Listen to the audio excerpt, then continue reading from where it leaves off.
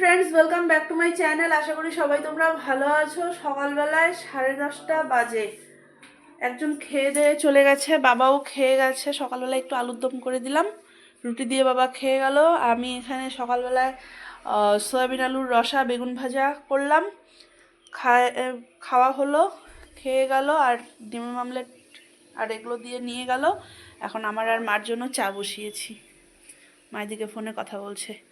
আর বাকি মাদের আপডেট হচ্ছে, মা ওরা ভোর 5টার থেকে প্রচণ্ড জ্যামে আটকেছে। ওই 5টার থেকে মানে 5টারও হয়তো একটু আগের থেকে আটকেছে। 5টায় ফোন করলো, তখন থেকে বলছে 30 কিলোমিটার, এখনও ওই 30 কিলোমিটারেই আটকে আছে। কখন পৌঁছাবে কে জানে। একভাবে ওভাবে বসে শুয়ে যাওয়া। যাই হোক, ঠাকুর ঠাকুর করে স্নান টান ভালো করে করে আসুক।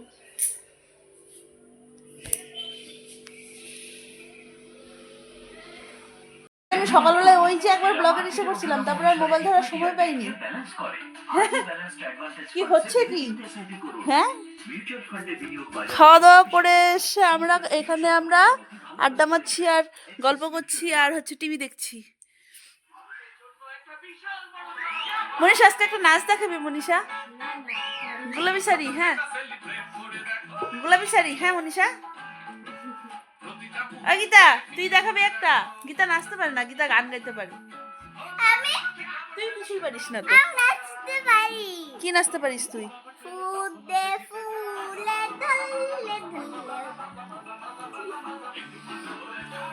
সন্ধ্যাবেলায় আমাদের মেয়ে এখানে অর্ডার করেছে। মামি এই কেকটা খাবো। আচ্ছা, এখানে তোমরা এই কেকটা খাবে। আচ্ছা আচ্ছা আচ্ছা, কেক খাবে অর্ডার করেছে। তা আমি ওকে বললাম একবার দুটো নিয়ে এসো, মাও একটু খাবে নি, যদিও অল্পটুকুনি খাবে যেহেতু খুব মিষ্টি। এই কেকটা হলো আমি খাবো, এই কেকটা আমি অর্ডার করেছি। তো 7-7 থেকে নিয়ে আসলো গিয়ে।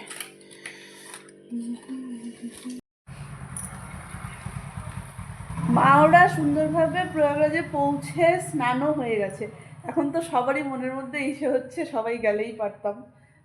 যাই হোক, ওদের স্নান টানও হয়ে গেছে, এখনও রুমে ঢুকেনি, কিন্তু স্নান করে বাবাকে ফোন করলো। বাবা আসলো জাস্ট, বাবা বললো যে স্নান হয়ে গেছে ওদের।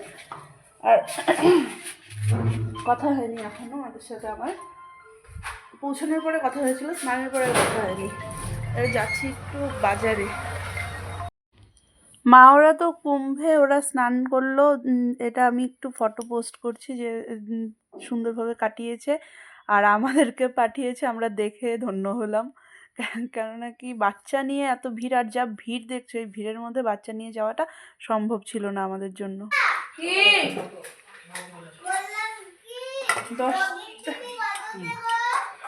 14 হ্যাঁ 10টা ওই 35-40 আমাদের এখানে ডিনার হচ্ছে আজকে।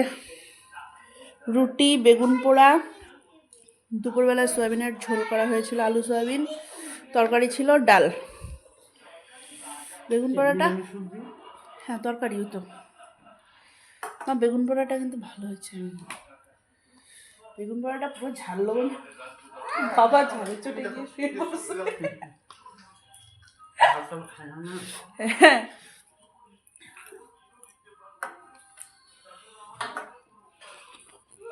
আর ওদিকে গীতা দেখো।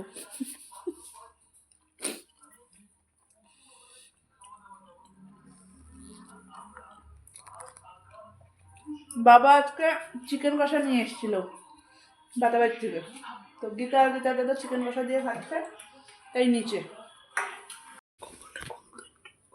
আমরা এখানে কি গপচানোটাই না গপচালাম। 12:30 বাজে, এখনো ড্রেসও চেঞ্জ করিনি। যাই হোক, বাকি মা ওরা বেশ ভালো করে স্নান টান হয়েছে, রুমে এসছে। এখন হচ্ছে কথা হলো, এতক্ষণ মার সাথে ফোনে কথা বলছিলাম। তোমার হচ্ছে বেনারসের জন্য রওনা দিয়েছে ওরা। আজকে বেনারস যাবে, কালকে সারাদিন বেনারস ঘুরবে, তারপরে যদি সম্ভব হয় তাহলে আয়োধ্যা করে আসবে। আর তাই এসে বললাম এবার কালকে আবার পিতুদাদের তো সবাই চেনেন, পিতুদা বৌনিকে। তো ওরা গেছিলো কুম্ভে, কালকে ওদের আসার কথা, কালকে আবার একটু সারাদিন ইচ্ছা আছে। তো বাকি তাহলে চলো আজকে আমি এ পর্যন্ত রাখছি ব্লগটাকে। যদি কিছু ভালো লেগে থাকে তাহলে please do like, comment and share আর সাবস্ক্রাইব করে দিও প্লিজ আমার চ্যানেলটাকে। চলো টাটা, বাই বাই, গুড নাইট।